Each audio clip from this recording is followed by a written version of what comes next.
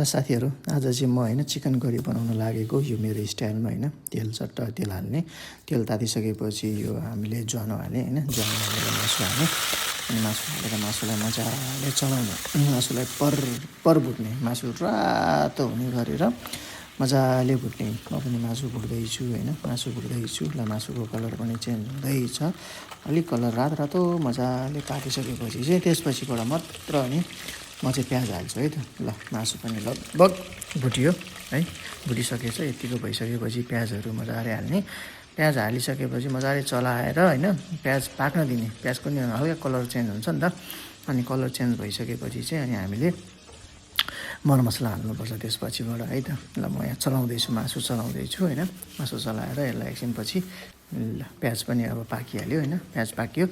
अब चाहिँ यसमा हामीले अब आफूलाई के मरमसला अब कस्तो मनपर्छ, कसैले धेरै खान्छन्, कसैले थोरै खान्छन् होइन। ल मैले चाहिँ यो अदुवा, लसुन अनि यो हरियो धनियाँ हुन्छ नि, हरियो धनियाँलाई मिक्सरमा हालेर पिनेर चाहिँ यो हरियो हरियो कलरको देखिरहेको छ है। अनि यसलाई हालेँ, यसलाई हालिसकेपछि मैले बेसार हालेँ, बेसारपछि मैले हालेँ यो गरम मसला हो, यो हो जिरा धनियाँ होइन।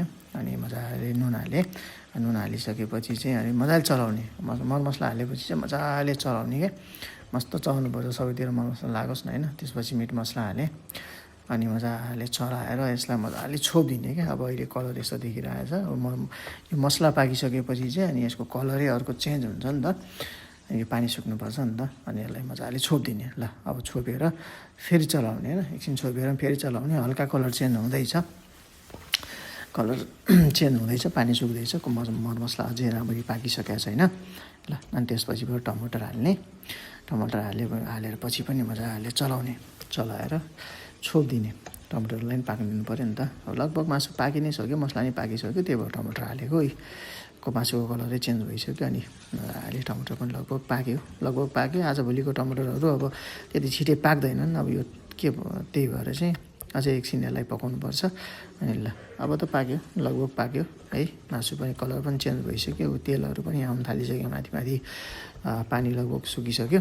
अनि त्यसपछिबाट चाहिँ हामी के कति ग्रेभी खान्छौँ त्यो हिसाबमा चाहिँ एउटा पानी हालेर उमाल्ने। अब मैले चाहिँ यो ढिँडोसँग, कोदोको ढिँडोसँग खानालाई चाहिँ बनाएको होइन। अनि यसरी मजाले बग उमाल्ने होइन, उमालिसकेपछि त अब यो पाक्यो नि। अब यसलाई पाकेर म पछि देखाउँछु, यसको माथिबाट सट्ट धनियाँ सट्ट हालेर अनि खाँदाखेरिको टेस्ट नै बेग्लै हुन्छ क्या है त। अब ल अब चाहिँ यति यो मासु त्यहाँ पाकेर रेडी छ। अब यो ढिँडोसँग खानको लागि ग्रेभी सट्ट ल हेर्नु, मासु यहाँ छ, कोदोको ढिँडो यहाँ छ होइन, यहीसँग खाने हो है त। यो खाएको